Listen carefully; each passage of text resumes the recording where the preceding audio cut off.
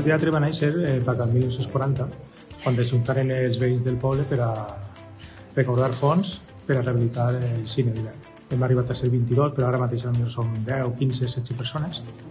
Segons l'obra, no, pues anem buscant a un o altre. Quedem 2-3 dies a la setmana i estem fent 2, 3, 4 obres a l'any, entre sainets i teatrets i monòlegs, anem variant. Si vol passar-s'ho bé, que vinga algú de teatre, que així s'ho passem molt bé i és una manera de gaudir de la cultura i de l'espectacle.